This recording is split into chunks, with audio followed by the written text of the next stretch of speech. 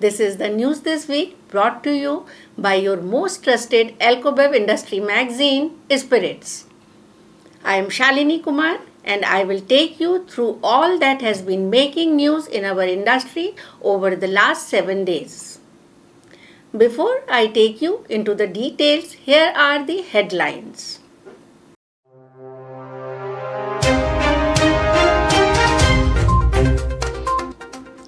Delhi liquor crisis intensifies as the LG orders probe into accusations against Deputy Chief Minister Manish Sisodia. Old excise policy will return in Delhi with the return of government-run vents. MP Pass will offer fragrant Mahua liquor.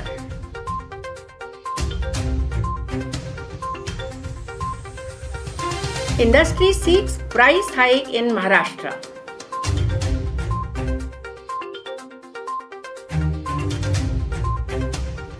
Australia and India trade agreement sees new steps being taken to boost export.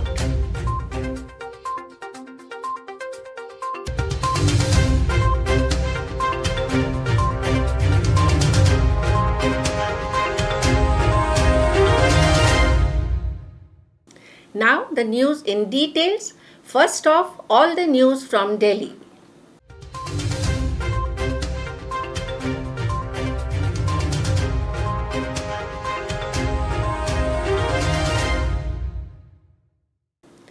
An unprecedented situation has arisen in Delhi with a lot of back and forth happening over the national capital's excise policy. The result of the continuing lack of direction, residents of Delhi are being greeting with empty shelves at their local vends as fresh stocks of their favorite brands are not available. The shelves of Delhi liquor shops are bereft of premium and non-premium brands as traders are unwilling to place bulk orders in the face of the government decision to revert to the old excise policy. They fear that if they do place orders, they will be under pressure to clear their inventory any which way by the end of August, after which the old rules will be back in force. The good news, however, is that there is hope for a more satisfactory excise policy as the Delhi government has also initiated a process of dialogue with all the stakeholders. A meeting of the wholesale and retail liquor vend licensees was held recently at the Delhi Secretariat. Chaired by the Chief Secretary, attempts were made to seek suggestions from the licensees as to the provisions of the new excise policy. Towards this end, a committee has been set up to prepare a new excise policy. Once Delhi reverts to the old excise policy from 1st September, at least 500 vends will be operated by the government. The government bodies that were earlier running liquor vend and are Delhi Tourism and Transport Development Corporation, Delhi State Industrial Infrastructure Development Corporation, Delhi Consumers Cooperative Wholesale Stores and Delhi State Civil Supplies Corporation. They are expected to set up their vends by the end of August. Each of the 4 corporations would operate 5 premium liquor vends to sell high-end liquor brands. After the Delhi Chief Secretary reported to the LG that Deputy Chief Minister Manish Sisodia had taken decisions without cabinet approval, the LG has ordered a probe into the matter. The decisions allegedly taken by the Deputy Chief Minister have resulted in huge gains to the liquor vend licensees and consequent losses to the government. The LG had asked the Chief Secretary to investigate all these allegations against the AAP government that it had extended wrongful gains to liquor licensees. In his report, the Chief Secretary, who is also the Chief Vigilance Officer, pointed out several unilateral decisions taken by Sisodia and the excise department headed by him that resulted in huge financial losses to the exchequer. These include removal of import pass fee on beer and revising the calculation of rates on foreign liquor. If you are planning to travel to Madhya Pradesh, do plan a visit to any of the bars run by the MP Tourism Corporation. Here, you will be able to enjoy the heritage liquor Mahua. Made from the fragrant Mahua tree, the eponymous liquor has long been a local favorite.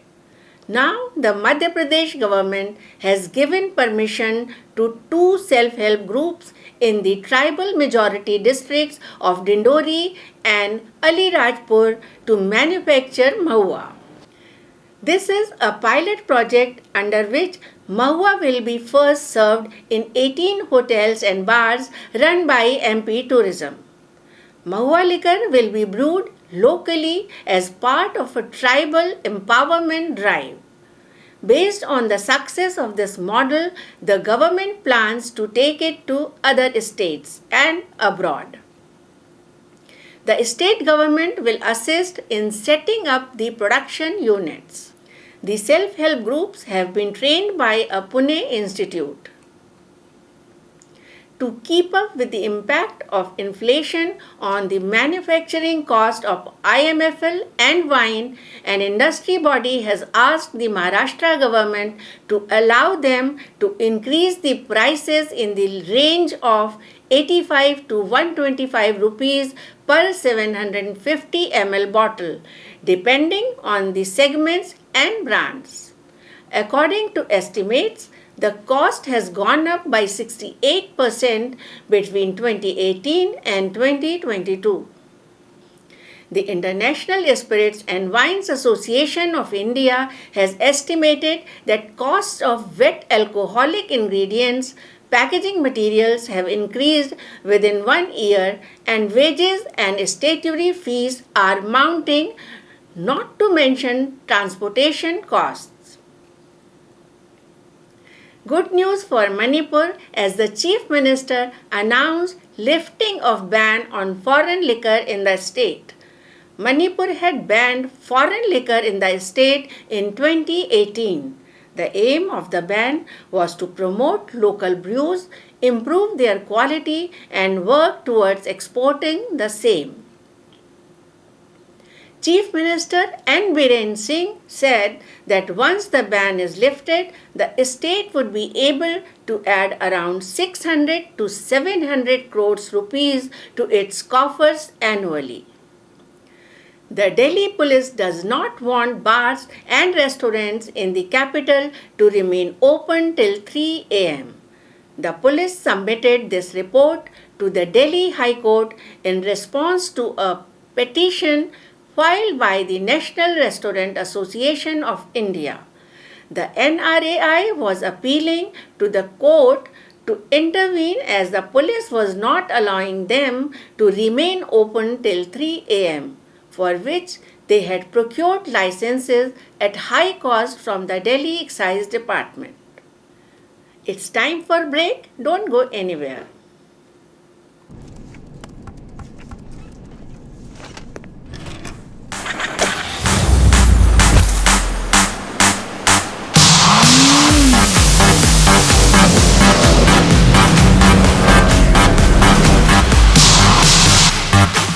OC Glue, taste the thrill. Welcome back. Here are some interesting news from the industry.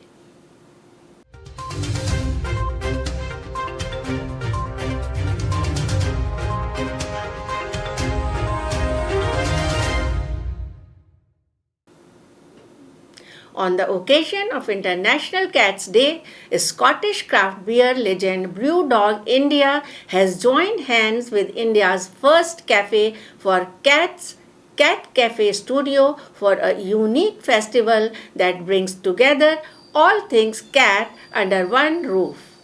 The festival is an outcome of love for cats and helping animals in need to raise awareness towards rescue, and rehabilitation.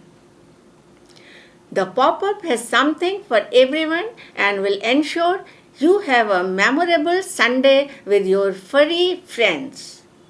Brewdog has curated a fun grub menu and epic craft beers and cocktails which you can enjoy with live performances by comedian Abhishek Upmanyu, live music performances, and a curated display of cat-themed art. The festival will also feature a special flea market with pop-up stalls. Monin India announced Akshay Kottari, the head trainer at Martini Mixology from Mangalore, Karnataka, as the national winner from India of the prestigious Monin Cup 2022. It is an international bartending competition conducted across 50 plus countries to discover the most skilled mixologists. Kottari will now compete on a global level with finalists from different countries in the international grand finale for the coveted Monin Cup in France at the end of 2022. The runner-ups in the competition were Himali Bendre from Bombay Canteen and Akshay Wagmare from Passcode Only. The finalists from all corners of the country selected via regional competitions conducted in Kolkata, Bangalore, Mumbai, and Delhi over the past few weeks competed for the coveted trophy in the national capital. Building on the outcomes of the Australia-India Comprehensive Economic Cooperation Agreement and the Australia-India Economic Cooperation and Trade Agreement, a new project to boost exports has been initiated in Australia. Austrade, the Australian government's trade wing, has partnered with the Australia to develop the Wine Export Ready Hub, which aims to demystify the complicated export processes for wine growers. This is a comprehensive digital knowledge hub which will collate information and provide how-to guides to help wine producers understand the export process. The summer heat is driving up beer consumption. This spells good news for beer brewers. Som Distillers and Breweries Limited reported that its beer sales in Uttar Pradesh for July 2022 are up 75% compared to their sales in the previous month of June 2022. This is good news for the brand as it proves that despite being new entrants in the competitive UP market, they are finding consumers' appeal. It's time for break. Please stay tuned. Long shot, but I got the reach. Pop, lock, now I'm off the leash. Mic drop, I ain't gotta preach. I just do what comes natural. Sterling Reserve. Come alive. Welcome back, and here are some new launches.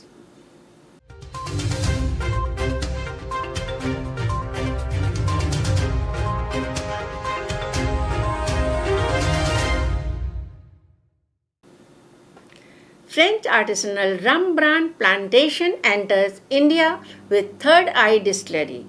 Rum lovers all over the country will soon get to taste two variants of Plantation rum, 3 stars and Original Dark, which have now been introduced to Maharashtra and Goa, with Delhi and Bangalore on the cards next.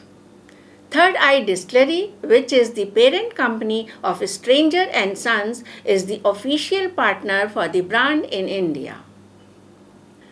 The two rums introduced now are classified in the Bar Classic range by Plantation and are double-aged via 2 climates and varieties of oak double matured in the great terroirs of tropical Barbados, Jamaica, and Trinidad.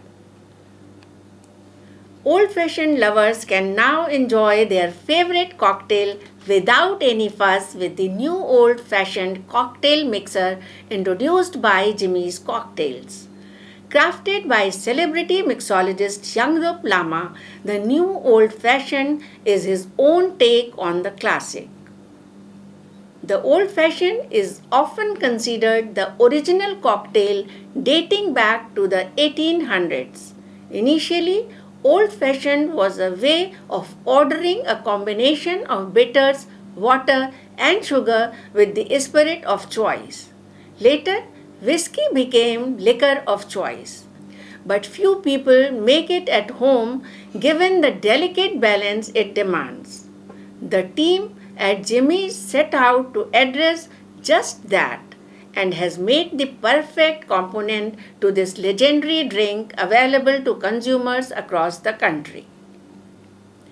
Independent whiskey bottler Cask 88 has opened a pop-up bar in Edinburgh, which it claims to be the smallest in the world.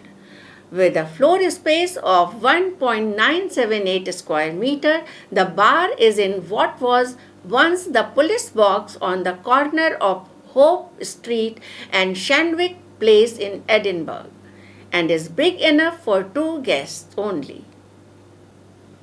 The whiskey bar will open from 12 p.m. until 7 p.m. daily, and patrons will be granted 10 minutes in the bar to sample 1 dram selected from Cask 88's catalogue of single cask Scotch whiskies. Tito's Vodka is going to sell an empty can for $20, but it is not just any can. It is a limited edition double steel walled insulated refillable can that can be used by consumers to carry their favorite Tito's handmade vodka cocktail in. The Tito's in a can is a marketing campaign, and net proceeds from its sale will go to a non-profit organization of choice. Brockman's Gin has achieved its first airport listing this year after it secured a place on the shelves at Ben Gurion International Airport, Tel Aviv. The listing is perceived as an important development for Brockman's as it attempts to enhance its travel retail footprint. Brockman's Gin will retail at Ben Gurion International Airport at $45.90 USD for a 1-liter bottle. Meghna Agarwal joins Bira 91 as the Chief Financial Officer and Senior Vice President Finance. Coming from Diageo, Agarwal will drive the global finance function at Bira 91 and will be a key partner in the strategic direction of the business and build the company for its next phase of growth. She has spent nearly a decade in various finance leadership roles in the industry. Walking on air is passé. Now you can literally walk on beer. Beer giant Heineken has tied up with shoe surgeon Dominique Siambron to bring to you personalized sneakers with beer filled in their soles. The beer brand has produced this personalized sneaker brand named Heineken in cooperation with the well-known designer. Only 25 pairs of this special limited edition shoe, which are white with green and red lining, are available across the markets of Vietnam, South Korea, Taiwan, India, and China. That's all from us at News This Week. Join us again next week, and meanwhile, remember to drink safe, drive safe. Remember, there is someone waiting at home.